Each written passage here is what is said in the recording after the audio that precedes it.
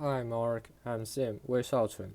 My student number is S07411033. I'm freshman from English department. The title of the speech is The Disarming Case to Act Right Now on Climate Change by Greta Thunberg. When I was about 8 years old, I first heard about something called climate change or global warming. Apparently, that was something humans have created by our way of living. I was told to turn off the lights to save energy and to recycle paper to save resources. I remember thinking that it was very strange that humans, who are an animal species among others, could be capable of changing the Earth's climate. Because if we were, and if it was really happening, we wouldn't be talking about anything else. As soon as you turn on the TV, everything would be about that. Headlines, radio, newspapers, you will never read or heard about anything else. As if there was a world war going on. But no one ever talked about it. If burning fossil fuels was so bad that it threatened our very existence, how could we just continue like before? Why were there no restrictions? Why wasn't it made illegal?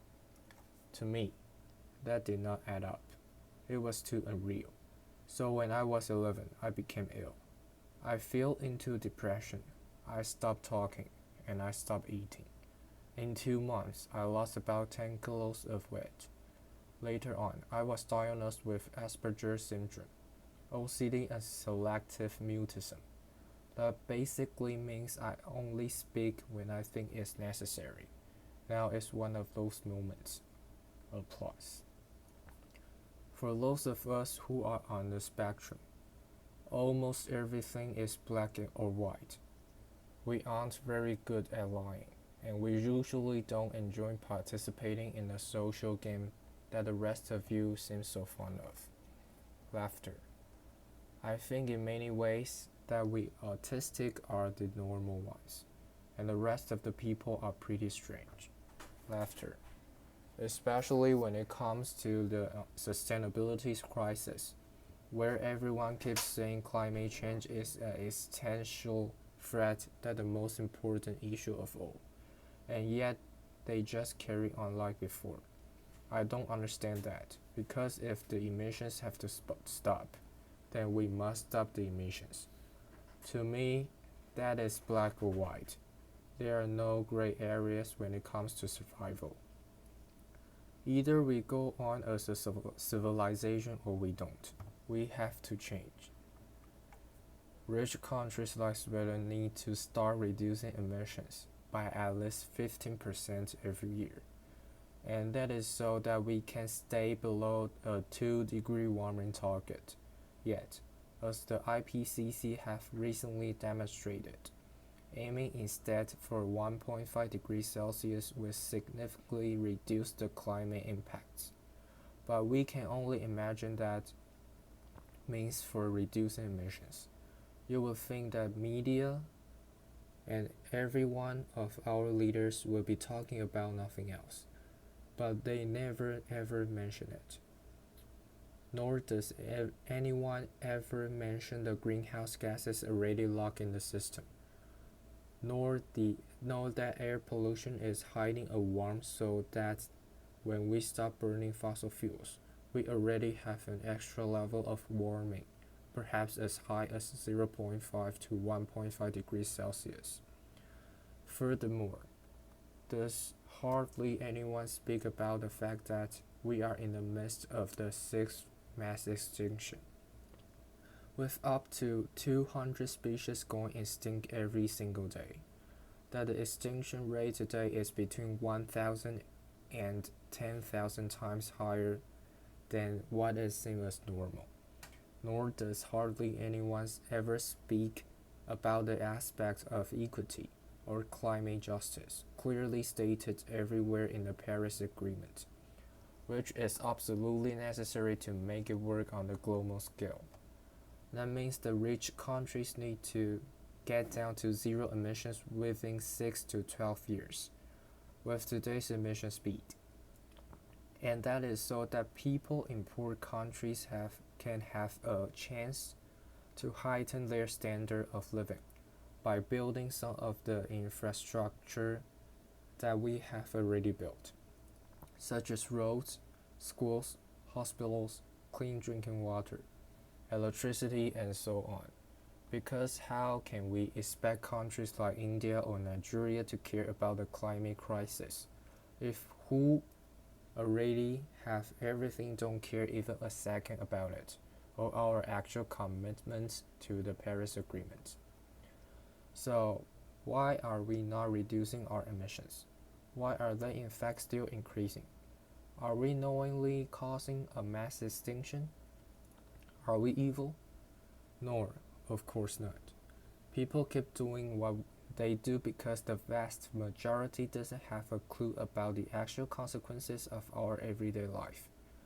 And they don't know the rapid change is required. We all think we know, and we all think everybody knows, but we don't. Because how could we? If there really was a crisis, and if this crisis was caused by our emissions, you would at least see some signs, not just flooded cities, tens of thousands of dead people, and whole nations leveled to piles of torn down buildings. You would see some restrictions, but no. And no one talks about it. There were no emergency meetings, no headlines, no breaking news. No one is acting as if we were in a crisis. Even most climate scientists or green politicians keep on flying around the world, eating meat and dairy. If I live to be 100, I will be alive in the year of 2103. When you think about the future today, you don't think beyond the year of 2050. But then, I will, in the best case, not even have lived half of my life. What happens next? The year of 2078. I will celebrate my 75th birthday. If I have children or grandchildren, maybe they will spend that day with me. Maybe they will ask me about you, the people who were around back in 2018. Maybe they will ask you why you didn't do anything while there was still time to act. What we do or don't do right now will affect my entire life and lives of my children and grandchildren. What we do or don't do right now, me and my generation can undo in the future. So when school started in August of this year, I decided that this was enough. I sat myself down on the ground outside of Swedish Parliament. I school striked for the climate. Some people say that I shouldn't be in school instead. Some people say I should study to become a climate scientist so that I can solve the climate crisis. But the climate crisis has already been solved. We already have all the facts and solutions. All we have to do is to wake up and change. And why should I be starting for a future that soon will be normal when no one is doing anything whatsoever to save that future? And what is the point of learning facts in the school system when the most important facts given by the finest science of the same school system clearly means nothing to our politicians and our society? Some people say Sweden is just a small country and that it doesn't matter what we do. But I think that if a few children can get headlines all over the world just by not coming to school for a few weeks, imagine what we could do together if we wanted. Applause. Now, we're almost at the end of my talk, and this is where people usually start talking about hope, solar panels, wind power, circular economy, and so on. But I'm not going to do that. We've had 30 years of pipe talking and selling positive ideas, and I'm sorry, but it doesn't work. Because if it would have, the emissions would have gone down by now. They haven't, and yes, we do need hope. Of course we do. But the one thing we need more than hope is action. Once we start to act, hope is everywhere. So instead of looking for hope, look for action. Then and only then, hope will come. Today we use 100 million barrels of oil every single day. There are no politics to change that. There are no rules to keep that oil in the ground. So we can save the world by playing by the rules, because the rules have to be changed. Everything needs to change. And it has to start today. Thank you. Applause.